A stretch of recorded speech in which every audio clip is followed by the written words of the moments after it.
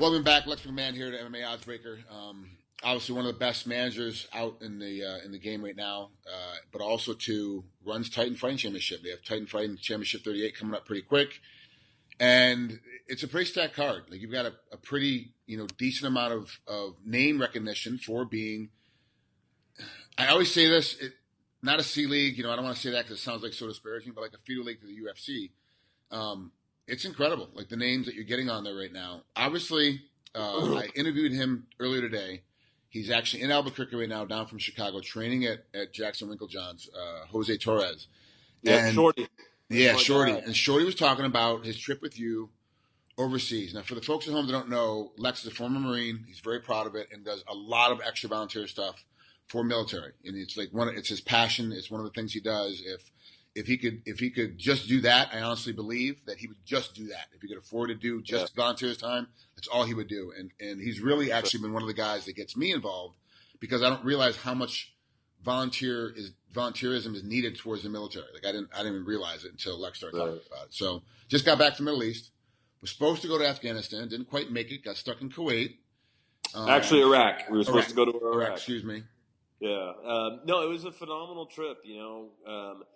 It's something that's been a passion of mine for a very long time. I did 2 tours in Somalia as a Marine, and since then, I've had a lot of friends that have died. And it's something that I honor their service and their sacrifice. But I also remember what it was like to be a 19, 20-year-old kid, in a dirt shithole somewhere, where thinking, this is me in Somalia. Hadn't bathed in a month, getting shot at, making $12,000 a year. Yeah. 1 MRE a day, and 1 liter of water in 120-degree equatorial heat. That puts life into perspective.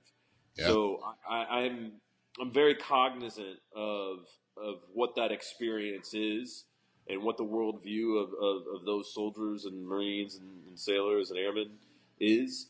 And anything that brightens their day, I do, and I try very, very hard to find different ways to be involved because there's a lot of different needs. Mm-hmm.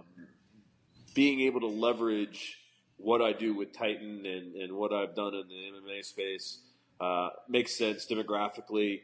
The military and MMA lays over very nicely. It's that 18 to 34 male. Is a huge part of what the military is. That is the MMA demo for, in large part. Yeah. So, it makes sense. It's good for business, but, the real reason we're doing it is it's the right thing to do. And I've been very fortunate that I'm able to leverage the platforms that I work with and my partnerships. That's a big part of it, I was able to get 6,000 pounds of gear donated to take to the troops in the Middle East, man. From Bad Boy, from On It, from Sorinex, Title Boxing, you name it. All these companies stepped up and donated a ton of gear for us. Then when we were in theater, we gave it out. Wow, nice. That's nice. That's great. And especially when we talk about, like you said, $12,000 a year. It doesn't give you much ability to buy extra clothes outside of the BDUs and the equipment the military has to give you. So that's right. You definitely gave him some extra stuff. I'm sure that was well needed. But I got to ask, how pissed off were you when the visas didn't come through for you guys to get to Iraq? Let's be honest. I'm a Marine, man, and having done 2 tours in Somalia, like that's where the modern era war on terror started. Mm-hmm. A lot of people don't know that, but it was Al Qaeda who brought down the helicopters, the Black Hawks. Mm-hmm. It wasn't some Somali, chewing on cod at the end of the day. That's just not reality. That's a fairy tale that's been told to people. That it was Al Qaeda, and it was the beginning of the modern war on terror. Right. I was pissed off, man, personally. But I talked to a buddy of mine who's a SEAL, did a lot of tours, and I shot him a message. Every day I was keeping him posted because he was actually keeping my wife up to date with what was going on, and he sent me a message. He said, "It's not about you." And I kind of took a breath, and I was like, "Yeah, you're 100% right, man."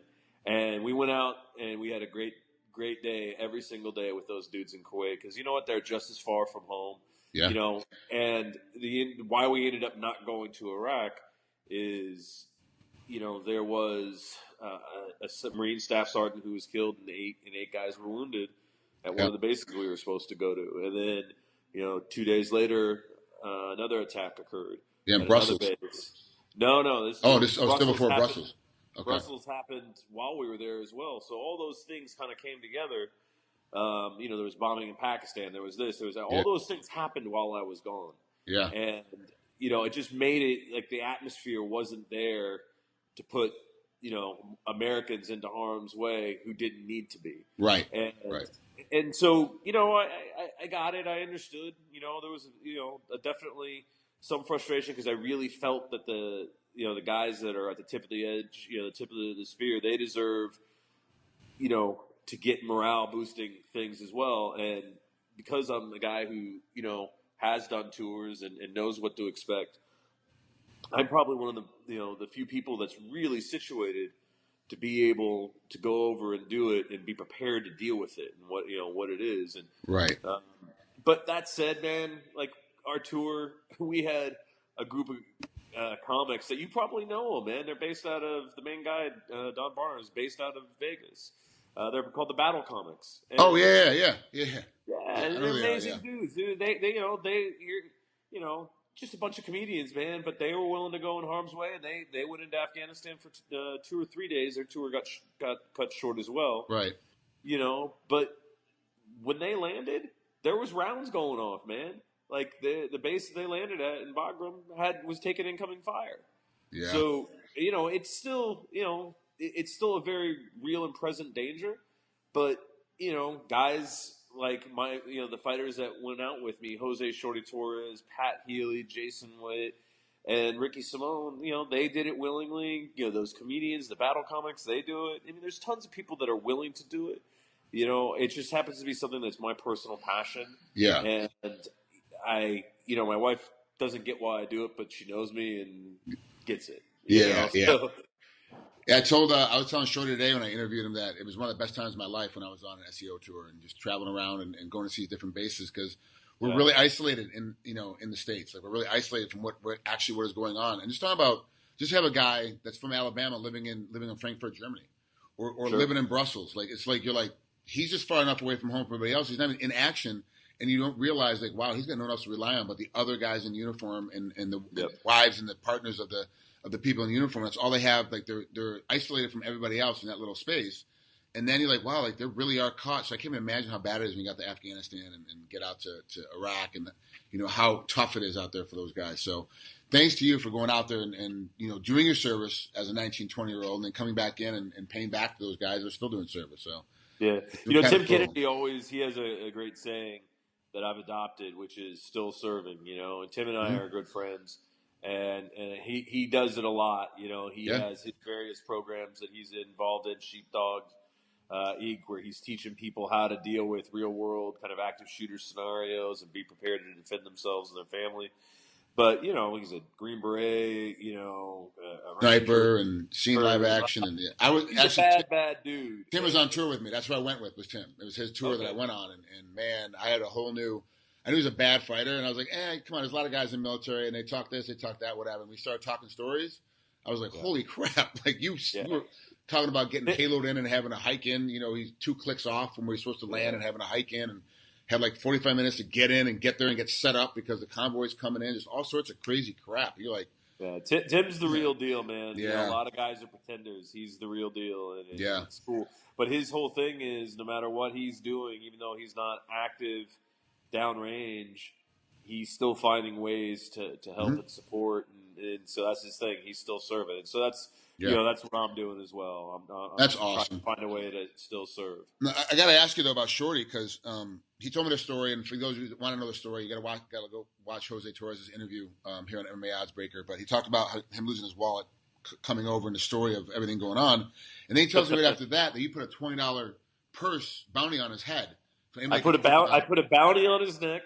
Any soldier that could choke him out got $20.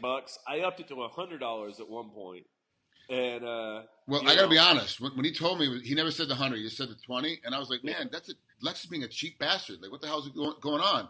Then he tells me the wallet story. He tells me about how he lost his wallet. I go, oh, that's why Lex wasn't going up to $200. It's because he had to give you all the other 180 for you to go eat on every day because you had no money. So now I get what Lex was doing. It really was $200. He was just trying to get back some money. Yeah, exactly. I get it. Yeah. No, I gave Shorty a little grief. That's why I put the bounty on his head the whole time, just to have some fun with him.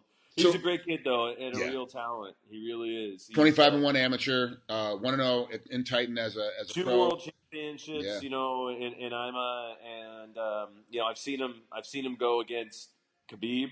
Mm-hmm. I've seen him spar with other UFC veterans and just ragdoll him.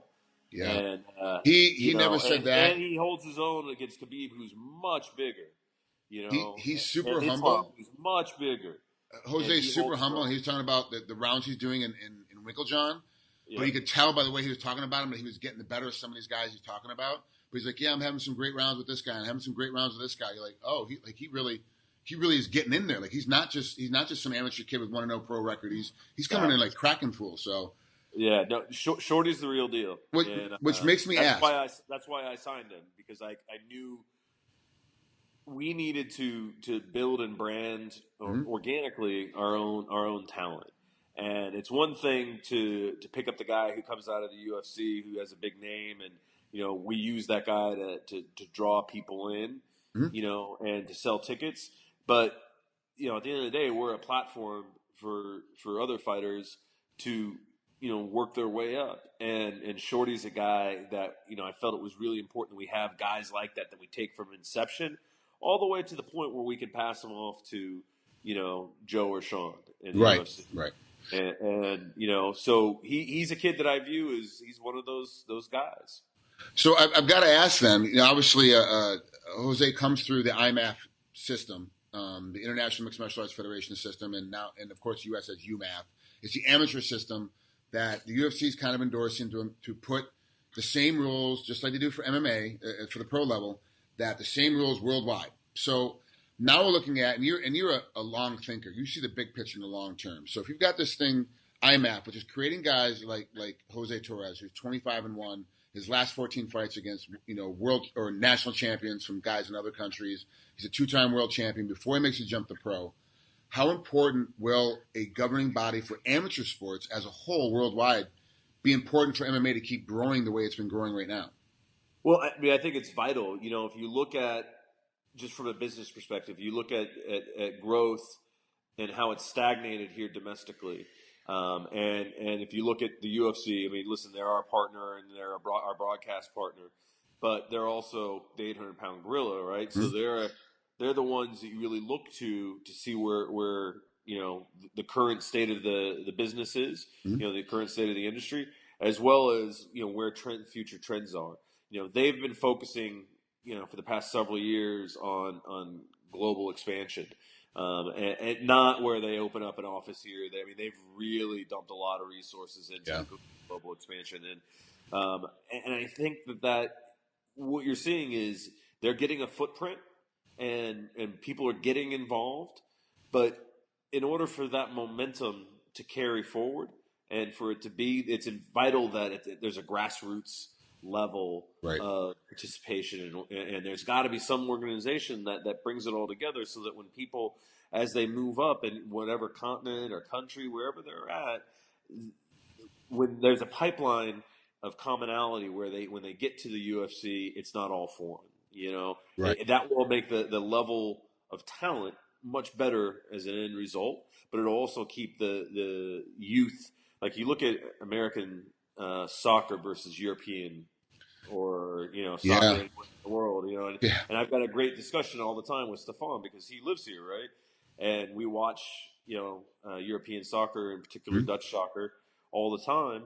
And it's night and day from where U.S. soccer is. Just organizationally, it's been embraced throughout the world, and there's been a governing body, had its problems for sure, but there's been a governing body that's helped bring the sport along. And as a result, we have it, but it wasn't until much later in time. And I don't think we really understood what we were doing from an organizational standpoint for soccer until, Beckham gets to the He the comes scene to in comes to LA, LA, yeah. some awareness is brought to it. And I think that MMA is really the same way, and so it's vital to have that grassroots organization that can help grow it and pass it along. And it's vital to have the next tier, which is the smaller promotions, then the next tier up promotions like us, and then ultimately the UFC. There's got to be that pipeline of growth. So how hard is it to find a guy like Shorty a fight then? Because he's got 26 amateur bouts, and then he's got one pro bout. So like on the record at 1-0 is like, okay, I have to match him with somebody that's also only 1-0, but he's got 27 fights. It's tough. People, I can't tell you. I spend the most time making his fights out of anybody else on the cards. He's fought this is our second fight with him now, and I've already had I think 5 opponents the first time. Wow. And close to that number this time. He's fighting a guy who's 8-8 right now. Because that's who I could get to accept the fight. And I know who he's fighting, Ronaldo. I know who he is as a fighter. He's talented. He has all the skill. But he's been a little inconsistent. Where Shorty has had a great run, but he doesn't have near the experience. Technically, he's very sound and he's very strong and he's very athletic. Great base of wrestling. So this is a test for him, and he's always going to have tests in front of him because he's the new guy who's the hype. Everybody's getting to know who he is, and his performances speak for themselves when people get to see them. So there's every fight he's going to be in is going to be the next big thing. There's always going to be pressure on him, but. This fight on April 30th, that's his immediate next big challenge. Right. And he's on the prelim. He's not even on the main part of the card, with the main event being Steve Carl and Bilal Muhammad. Yeah. And that fight had to be easy to pick. Like, it's from a matchmaking standpoint. That one had to be easy to kind of get together. But I kind of feel like that this one is going to be the big finisher. Like, it really is worthy of being the main event. Like, it really is. Of everything I'm looking on the card, like, this is the fight that's like the most exciting for me, at least as a fan. Like, trying to figure out which Steve Carl is going to show up. Like, is Muhammad ready for the drop? Because Muhammad's 8-0, right? Yeah, 9-0, and Carl is like 20-4 or 22-4, something like that. 22-4. You look at a guy with a lot more experience, a lot bigger competition, but a guy doesn't know how to lose yet. Hasn't quite figured out how to lose yet. So he's still got the chip on his shoulder. You put him in bad positions, you're gonna find a way out of it. How excited were you when this fight came together and both contracts came back signed? Real excited because things change all the time. Sign contract, no sign contract, things change. But getting that fight there and starting the marketing push for it, it's going to be a fun fight as a fan to watch, and to have that as the fight that we're going forward with the main event. I think it's going to create a lot of energy and a lot of awareness, and we're going to do some fun things. We contemporaneously signed that. And it's funny, I was on tour with Pat Healy, to the Middle East. I was working on a fight between Pat and Jay-Z Calvin Conte for June 10th as the main event. And so I'm thinking to myself, wow, these are 2 great back-to-back main events, and the fight card we're building for June 10th is as good, if not better, than frankly, it will be better because there's some really thinking about who's going to be on that card.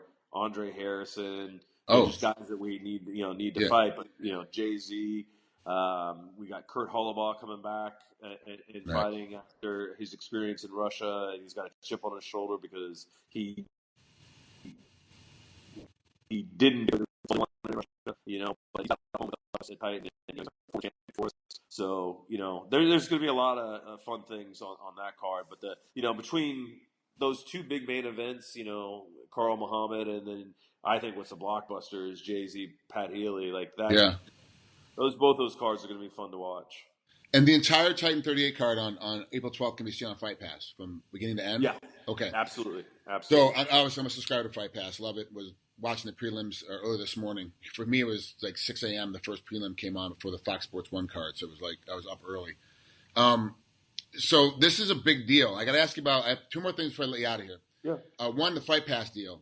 You could have brokered a deal. You've got the savviness. You understand how to work television. You could have brokered a deal to be on one of the networks that everybody else is on. You could have been on CBS. We were on a network and we left. I mean, that's what I'm asking. Like, the Fight Pass deal was so good for you that you're like, okay, I'm bolting out. I'm switching networks and I'm gonna jump over here and go to Fight Pass. It was a night and day difference for us in terms of economics, partnership. All of the support we were getting, we weren't getting the same level of support we wanted. Okay. And all I had to do was pick up a phone and call Dana, and the wheels to get the deal done started. Right. Took 7 months. Yeah. And to get the right deal, but once we got the right, or close to the right deal, called Dana up again. I'm like, look, man, we're close, but this is not going to happen until you get back involved. So 6 days later, we were done. Okay. And so when I can leverage that relationship and Dana's always been straight with me. I've always been straight with him. But I can go to him and say, hey, let's put a deal together. And then it happens. Yeah. That gives you an idea of the relationship that there is between the organizations and Dana and I personally. But what that affords us in terms of support is phenomenal. The team over at UFC and UFC Fight Pass, they bend over backwards. Marshall and now Eric Winter and those guys, they really work hard to give us everything we need. And they do a great job, and the deal itself is wonderful for us. This isn't the same question. So on the old network, you never could tell how many people were watching because they didn't release the numbers of viewers watching the actual event. Right. On Fight Pass, I don't think they release, at least not to the public, they don't release the numbers to the. Do you know? Like, do you have an idea, being the owner of Titan and being on the inside, going, okay, look, the old network, this is what our numbers were. On Fight Pass, this is what our numbers were. Do you know what those numbers are? And have you increased viewership on Fight Pass? We have increased viewership. Okay. And, neither entity reports. Right. So, but we've grown in every other kind of measurable metric. Okay. So you don't know what the numbers are. Like you don't have an idea. Like I they have don't tell you information, but I can't tell you Yeah. Here to here. Like I get percentage growth. Okay. When I talk to them, they don't release numbers. Right. Fair enough. I mean, hell, if it's one and you got 10, well, you have 1,000% increase. You don't care. Exactly. But no, we're getting great jumps show over show. Mm-hmm. They're super happy.